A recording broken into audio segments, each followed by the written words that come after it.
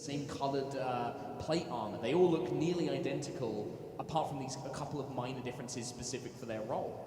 So yeah, with that, you could easily pass in as one of the workers. So we currently have Misk is disguised as one of the House Kundaric heirs. We have Index as a generic warforged. How the rest of you guys want to proceed? Do you just want to use those guys to try and bluff you in, or do you want to try and do your own stuff? I'm going to disguise myself to look like one of the dwarven guards. Okay, so not exactly like, but just a one similar guard. Yeah. Perfect. Oh, well. You're just going to go in there with...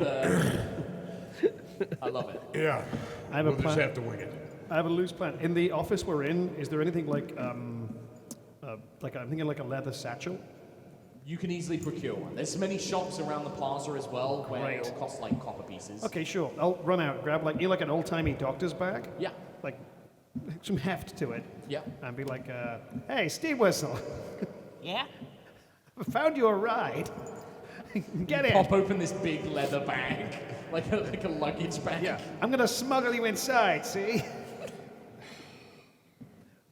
It's pretty degrading. It is. It's extremely degrading. I was gonna try and pretend to be a technician, but I'm not a very good pretender, so I will climb in your bag and subject myself to this humiliation. It's like you'll just see a snout like poking out on the side. And periodically to kind of get a snatch of fresh air. Perfect. I grab a clipboard. Okay, yeah. On one of the desks. Some sort of writing utensil. I put it on my ear. Okay. Inspector Ulf, at your service. Amazing. Let's go make sure this engine is in tip-top shape. Okay, so this bizarre collection of figures makes their way over to these there's about 4 dwarven guards, actually. They're heavily armored, plate armor, shields, warhammers, all emblazoned with their house sigil. And those of you who are familiar with war or combat, these are veterans. These are people, these are not just run-of-the-mill guards. These are elite veterans. And as you begin making your way over, they kind of cast an eye, and when they settle on Misk's transformed form, they do kind of stand up right into attention. They don't pay any attention to Index, as if you're not there. They just ignore you. Racist. But the Dwarven Guard, are you following along with Misk, like almost like a bodyguard? Yes. Okay, so they look to you, they look to the inspector, and they kind of address you all as like, "Hey, what's going on? Can we help you, sir?" Yes, Inspector Ulf, I'm here on a very official business to inspect the engine room to make sure it is in proper, clean working order. Is that right, sir? Is he an inspector for the Nomad? So at this point, I'm not even looking at them. I'm just kind of looking around, like very haughty and like my nose in the air. Please, I'm like, please don't talk directly to the Lord. Oh, my apology. And they kind of look, and there's like is that Ulgrim? I think it is. You don't want to make eye contact. All right. Inspector, why are we not in the building yet? Oh, he really is a fancy dwarf. He doesn't have our accent. Oh, no. I'm not doing it, Mark. It'd be best to move. They look around for a moment, and yeah, I think that with the way that you guys have played this, the only one that they're kind of suspicious on, they look towards Ulf. You don't look like... What are you an inspector of again? I am a mechanical engine inspector. I studied at the Corvair University of Engineering. Hi. So that's a natural one on my behalf.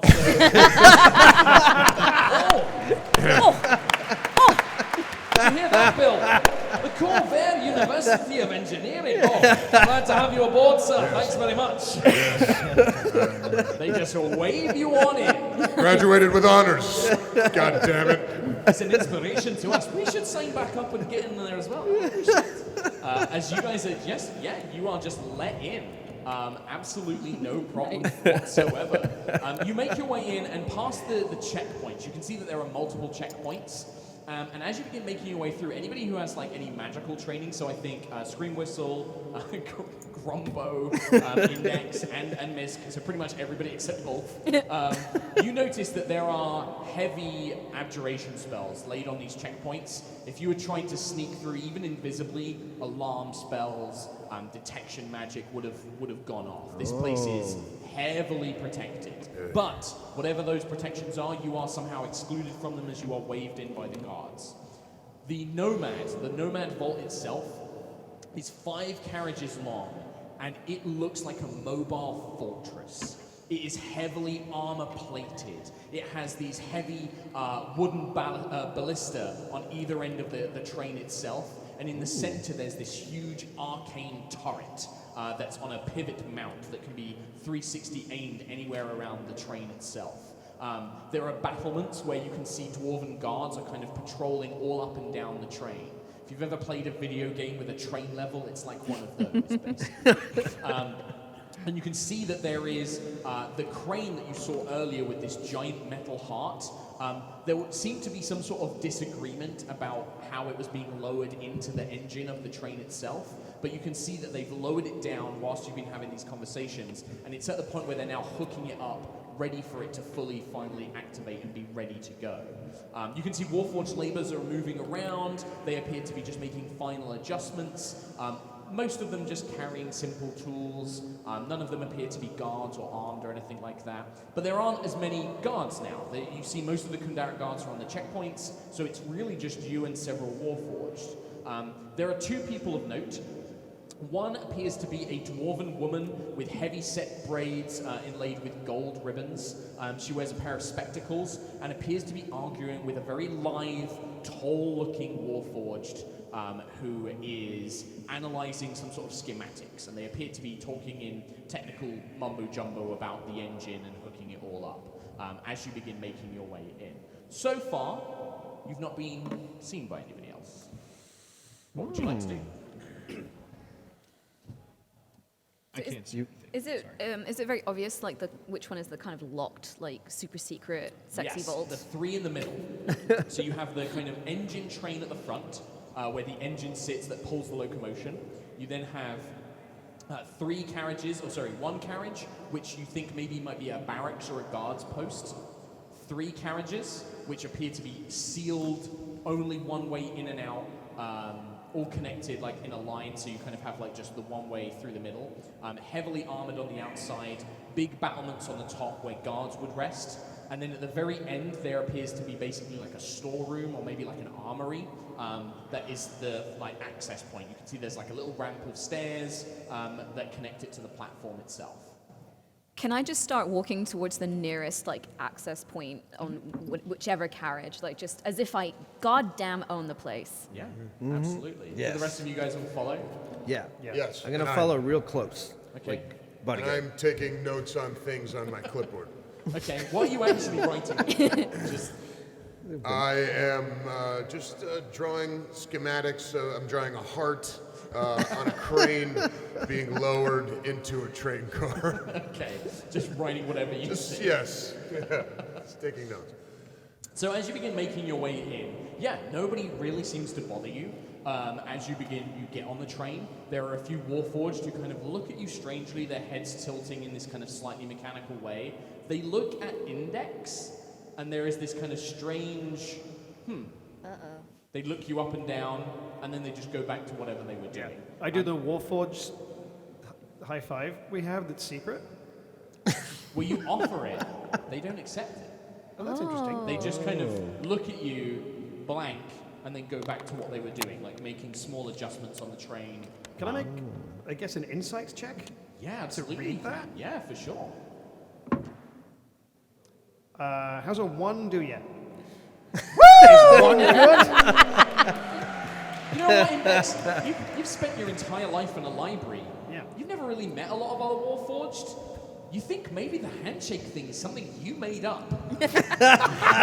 Like in the library with yourself in a mirror. And you just forgot that other Warforged don't know it.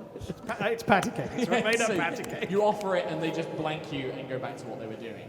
And the rest of you, as you make your way through the train, you see this armory full of just weapons, long swords, crossbows, anything that could be used to quickly grab and defend the train with. Quite a few long spears, like two-handed reach spears, that look like they could be used to stab downwards from the kind of top battlements of these carriages. And you reach the first kind of safe deposit carriage. You open the doors, but you go to open them, but there's some sort of magical lock. They just won't open to you. You're not a member of House Kandaric. So what would you like to do? They just kind of stay awkward. Ooh. What did we hear any snippets of what the dwarven women and the warford were arguing about? Like, or were we just too busy faking our way through? Make a perception check. Okay. Yeah, that seems reasonable. See how much you heard. Natural 1. Woo! That's compared to yesterday's game. I think we've had as many natural 1s as we've had natural 20s in another game. That's 3 in a row. That's nuts. Wow. We brought the high roller's luck with us, you see. You were so focused on the train and everything else, it just kind of became background noise, because the station itself is very loud, it's bustling with people, it echoes around. You just didn't catch too much of the conversation itself. So you walk up to the door, and it just remains locked in place. There is a faint kind of sense of magic about it as well, abjuration magic. Okay. Could someone dispel the magic on the door? I can't dispel magic. Oh, no. I mean, there is the old school way of dispelling magic on a door. Well, there is. I figured I'd ask first. You can, if you guys want to try and break it down, if you want to try and dispel it, or whatever you want to do. Is there a door in the space we're in? Is there a door back to the room where the other Warforged were? Yeah, absolutely. Yeah. So imagine you've kind of got like a long train. Yeah. You're in the back carriage, which is like an armory, and then you've kind of that gap in the trains where it connects the two carriages. You're kind of stood there, and you can't access the next carriage along, basically. All right, cool. I just make sure that door's closed over, as I think we're about to do something really loud. Okay. Sure. I jump up to the top, and grab on and pull myself up to the top. Okay. And I want to see if, the middle carriage, if there looks like a way maybe into the middle. Okay. So you pull yourself up and you begin walking along the top of these carriages. Yes, with my clipboard, of course, taking notes. Okay, you're making notes. Yes. So the rest of you see Ulf kind of jump up, and he kind of pulls himself up and begins making his way across. You see that the dwarven woman eyes you and is following you as you make your way. And as you reach the middle carriage, which has this huge pivotal magical turret, it looks like a ballista, but instead of bolts, it has this thin kind of rod made out of metal, and at the end there is a large ruby gemstone, and it looks like it can be turned and pivoted and aimed around and things like that. And there appears to be like a hatchway that leads down from the turret into the carriage below. Okay. I look like I'm very displeased and start pretending to draw what I see. I just, this doesn't look right to me. Okay. Yeah, this is very poorly made. I start poking things with my pencil. Yes, yes. And it looks like this hatch. Does it look magically sealed? No, it looks like it's probably made of wood and metal, so it's reinforced, so very sturdy. Okay. But yeah, no magical locking. It looks like it just has like a pull hatch. And this looks to me like it might be the vault. One of the three, for sure. This is the one right in the middle. Right in the middle. Okay, great. Very good, very good. Yes, all right. I'm waiting for it. Yes, okay. I look down at the dwarf in charge, the dwarven woman. Looks at you. Yes, and I point down to the hatch, and I shrug like, what does she do? She looks very confused. Okay. Looks up. I put my hands up, and then I reach down for the hatch. Okay. Yeah, you reach down. It's secured. It's locked from the inside, but you can still try and pull it free. Wrench it out. Sure. Yes, I will. Strength check. Strength check. Okay. Yeah. Very good. This is not bad. This is 19. 19. Nice. Yes. 19 will do it. You reach down, and there is a crunching and screeching metal sound as you just pull it up. And you look down. This is supposed to be a bank vault. But you don't see any gold. You don't see any gemstones. You don't see any storage units. There is just a large, crystalline, column of some sort of strange substance encased in a metallic sphere.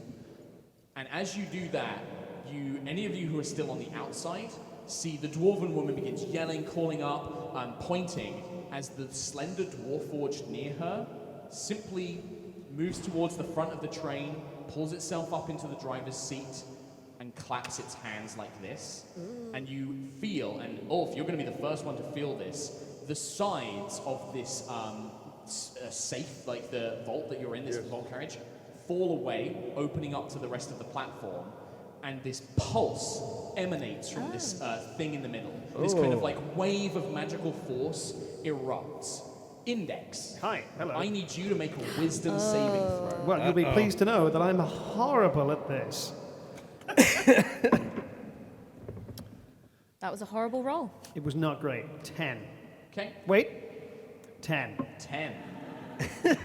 As this wave passes through your body, Yeah. you feel these images begin to claw their way into your mind. Oh, shit. You see this blasted wasteland, dull gray ground, remnants, ruins of towns obliterated by magic, and you begin to see a rising army of Warforged. Huge spikes and blades protruding from their bodies, and at their head, this impossibly large, muscular Warforged with bladed wings strides forward. He points to you directly. You are one of us now. You are a servant of the Lord of Blades. Lord of Blade. And you feel any living creature must die. I don't want to be in your pocket now. Let's roll initiative.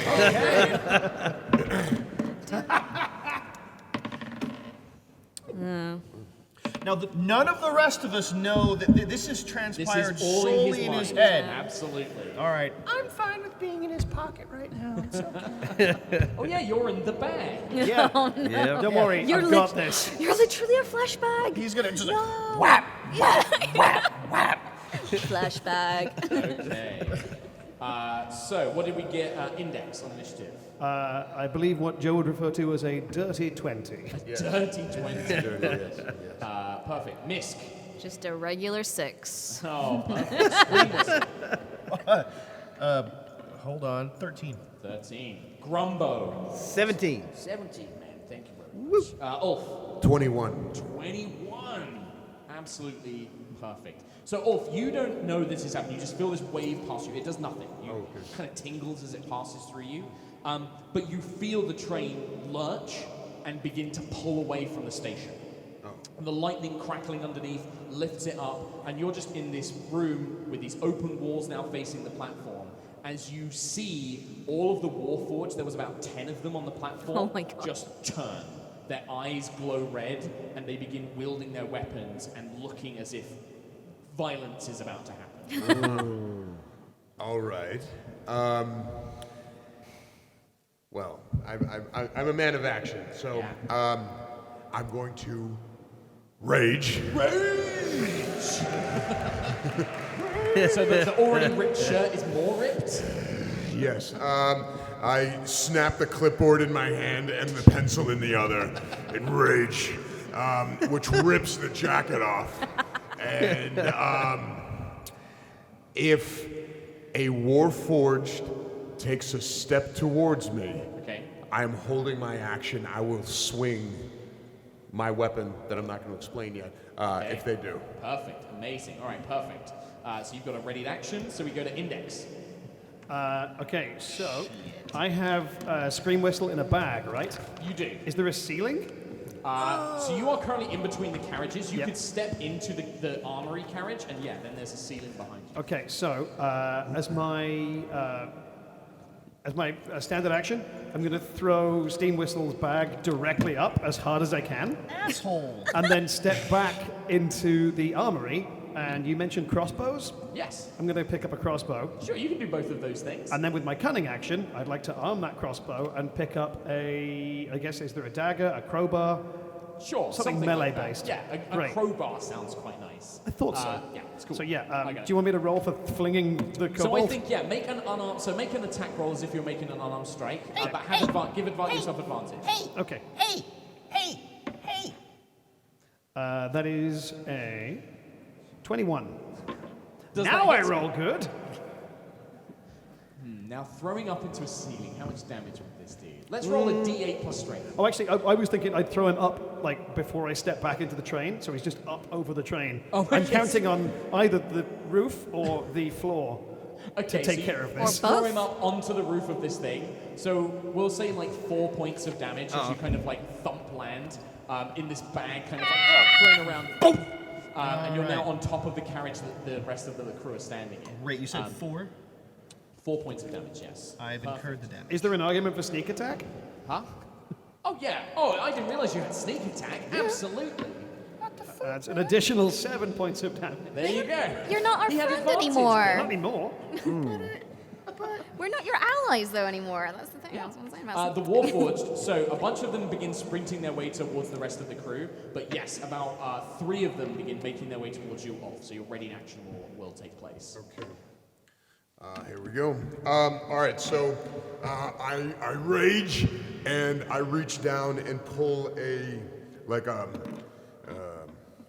golden handle, like a hilt of this huge two-handed sword, and I flick my wrists and a flaming greatsword sprouts out of it, which lights up everything. even Nice. Perfect. Yeah, just kind of this flames erupt out of the carriage. Perfect. Okay. That is going to be, not too good.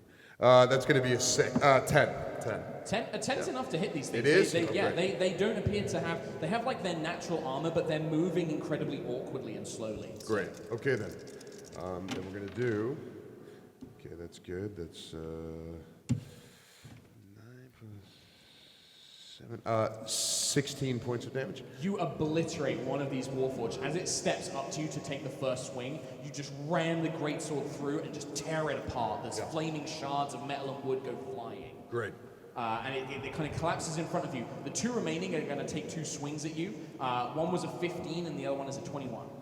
They both hit. So you'll take 5 points of damage from each, halved. 2 and 2. Yeah, so 2 and 2. So you take 4 points of damage. Great. So they just begin pummeling you with their fists, with hammers, with crowbars, but you just kind of shrug them off in your rage. You see the dwarven woman on the platform begins pointing, and she's kind of looking at all of you now. She's pointing. Disable the engine! Disable the engine! You've got to stop the train! And she begins pointing down towards the other end of the train itself. The Warforged that was in the front of the carriage itself, you hear him beginning to pull levers and gears, and the train begins to speed up. And that huge turret that was on the top of the middle carriage turns and blasts a piece of terminus station. One of these huge columns collapses and comes threatening down towards the rear carriage where the rest of you stand. Can everybody except Ulf make a dexterity saving throw, please? No, I'm in a bag. That's true. I will give you the paralyzed condition, restrained condition. Oh, yes. What do we get? Grumbo? Natural 20, 24. 14. 14 for Miss. 14. 14. And then a failure for poor old Scream I Whistle. get 2 settings. Scream Whistle, you're going to take 10 points of bludgeoning damage as these huge stone columns begin obliterating the train, landing on top of it as it slams it into the ground. After that, we go to Grumbo. Yes. Detective Grumbo. Okay. Can I dash it for the engine? Absolutely. So you have to climb up on the roof, but you can do that with your movement. There's a ladder, you just scramble up and you begin running towards the carriage itself. What's your movement speed? 25. 25, so 25 dash 50. Yeah. You can probably get about halfway, and then you'll have another round of dashing to get to the very front of the carriage. Okay. So you just begin pummeling away. Do you want to do anything else? No, that's it. Okay. so Just you trying to dash get all there the way. to stop it. Okay, perfect. Scream Whistle, you are in a bag. Yes, I am. I am badly bruised and battered at Badly. this point. So, Scream Whistle bursts out of the bag and stands up, and he heard, "Get to the engine!" So he pulls out of his backpack this pair of kind of bronze lattice work things, clips him onto his legs as a bonus action. I'm casting Expeditious Retreat. And then I'm going to move 60 feet, like as fast as I possibly can towards the engine and away from falling rocks. Yes, away perfect. from falling rocks. One question I had actually for Grumbo, you would have ran past the bag when you dashed on. Would you want to grab the bag and run with it to like halfway down the train, or would you leave the kobold in the bag? I'll grab him. Okay. If I can. So you actually grab him, you cart him the 50 feet, you drop him off, and then popping out of it like a wild, rabid little animal comes this kobold. A very bruised kobold. So now he's So you actually reach the front of the carriage, Scream Whistle, and you can now see that there's this very slender, quite frail-looking Warforged. It turns up at you and it's like, Don't try and stop me, meatbag. We've got to take this thing to Sire and the Lord of Blades. Take him out. I do want to take him out. So you've got that guy. This is what Scream Whistle's going to do. He is going to pull out a metal rod. It's got kind of a glowy electric end, and he's going to fire it up, and it is going to grab, like, let's say a tool that's been left in there. Sure. And it's going to clunk attach to the end of it, and he's going to point it at that Warforged, and he's going to let her go. And could you make me a dexterity save, please? I absolutely can, Bill. I'd like it if you roll poorly. That is a 5 total. That is poorly, sir. You have failed. And Scream, that wrench as it goes flying at you is going to do 3d8 points of bludgeoning damage for 8. Tasty. 13. Wow, 24 points of bludgeoning Wow. damage. Yes. This wrench hits the Warforged in the chest, and it punches a hole through this metal and stone frame. Yes. And as it kind of flies out, you see the Warforged stumble for a moment. It steadies itself on the engine, and its eyes fade as this little sphere detaches from its chest, and these little wings pop out, and this almost like a little snitch from Harry Potter flies out and away up into the air and just begins spiraling away. The Warforged looks down. It's like, You have to stop the train. You can't let him get it. and then it just falls to the ground, collapsing down. Misk. what would you like to Can do? I see the engine from where I am, or do I need to I like? think if you do the classic like pulpy adventure thing, if you lean out the lean out the side of the train, you can see the very front of the lightning rail engine itself. Yeah. Okay.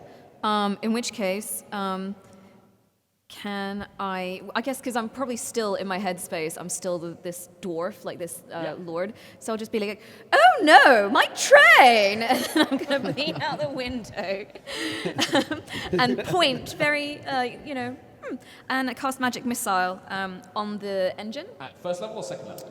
I think I can only cast it at first level. Oh, Yeah. okay. I'm a little So babby. 3d4 plus 3.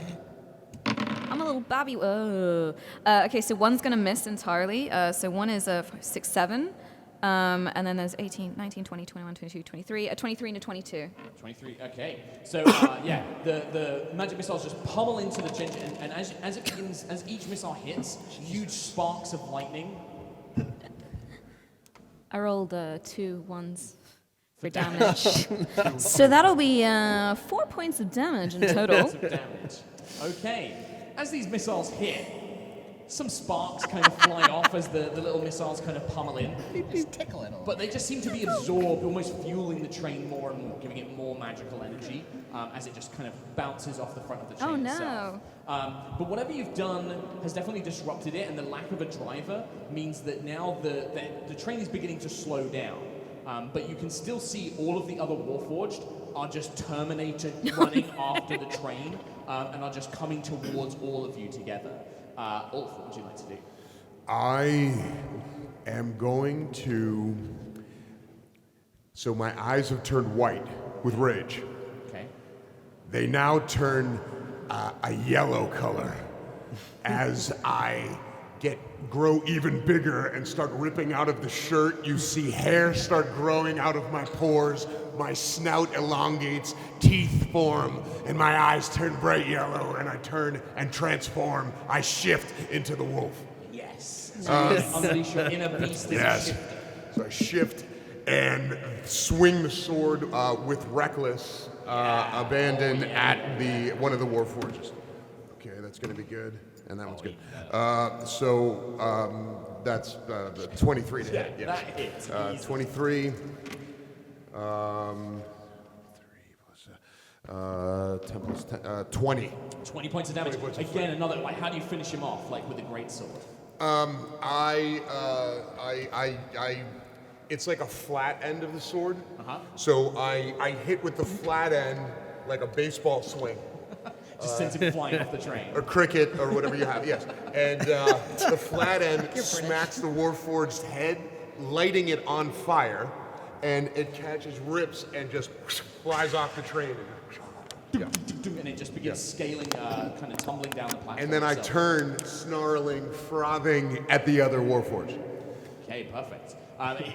It shows no fear, like whatever this thing is affecting it, doesn't seem to be afraid, but you can see that it understands this crazy threat, and it begins gesturing as more Warforged begin converging on you. Not like a little bit of oil trickles down its leg, like maybe? You can see like sweat. It doesn't show fear on its face, but it's sweating. There's like an oil stain on the front of its pants? Absolutely. Yes, okay. 100%. Good. Index, make a wisdom saving throw for me. Okay, now hear me out, because this thing is compelling me to not only harm, but actively kill my only friends in the entire world. The woman who rescued me from the library and brought me into the world proper. So, like, is there an argument for having advantage on that save? Because my wisdom save is terrible. You just made it. Yeah, boy. Aww. Thank you. Let's see what we do. You used your words. Proud of your day. 15. 15. Whatever this force, whoever this Lord of Blades is, you know that that's not you. And you kind of concentrate and you focus and you dispel that vision from your mind. While I'm still in that vision and the Lord of Blades is pointing at me going like, you belong to us now, I'd like to point back at him and just do this. And you can go screw yourself. And then just throw everything in that vision at him, like really visualize poop and throw it at him.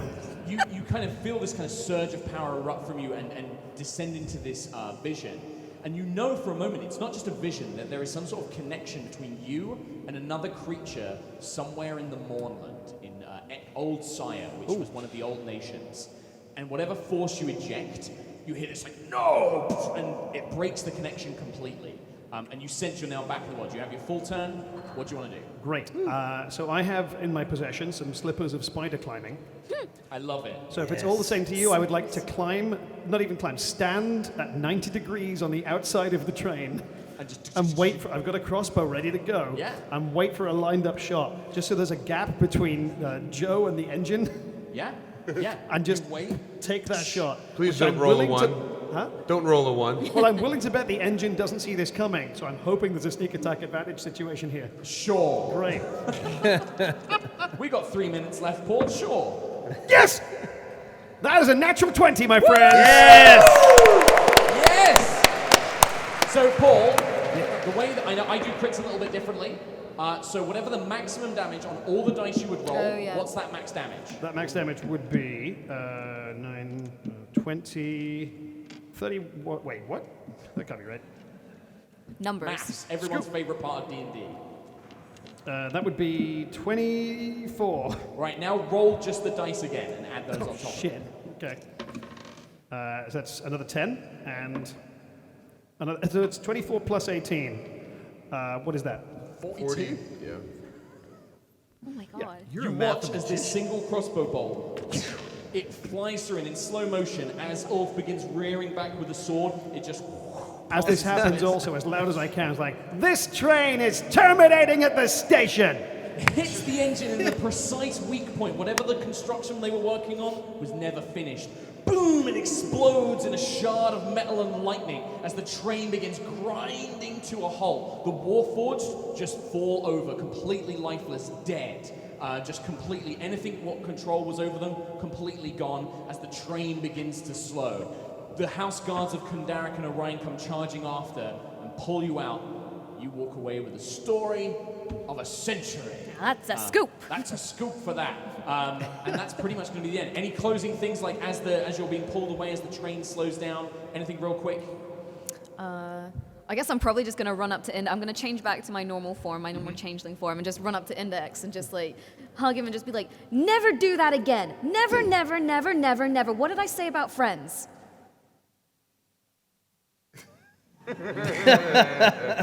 To be fair, you've said a great many things about friends. Friends are good? Is that the point we're making? I feel like that's the point we're making. Friends don't hit friends. Oh, sure. To be fair, I didn't hit him. I threw him away. On which note, Meanwhile, apologize. Scream was- Oh, yes, Apologize. speaking of which, is there like a first aid kit somewhere in the station? Yeah, you guys can get healed and stuff. Break it No, open, I'm fine, grab a asshole, healing thank potion you. out of it. Sorry, Scream Whistle, I was possessed by the spirit of a malevolent warforged. Didn't That's know. what I'm gonna say the next time I pour rust monster blood in your...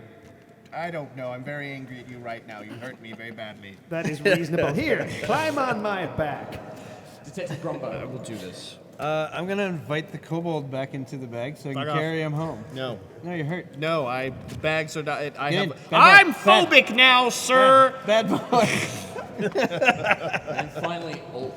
I run full speed up to the front of the train with flaming great two-handed greatsword in hand. I get up onto the front of the train and I howl up at the moon, and then you see this little Arctic vole come up onto my shoulder and start howling its tiny little voice up at the moon. He's doing his thing again. Thank you guys very much. Thank you guys for watching so much. This has been amazing. Thank you very much. Big round of applause for our players, please. Thank you very much. You can check us all out on places you can find us. Thank you guys. Thank you. Check out the new Eberron, Something with the Last War, coming out on the 15th of November. It's a really cool campaign setting. Anybody want me Death Saves Italia shirts? Don't hurt each other for these shirts We now! are in a church. Who are these guys? Oh, those are Oh, like... sorry, that was- That's like the protective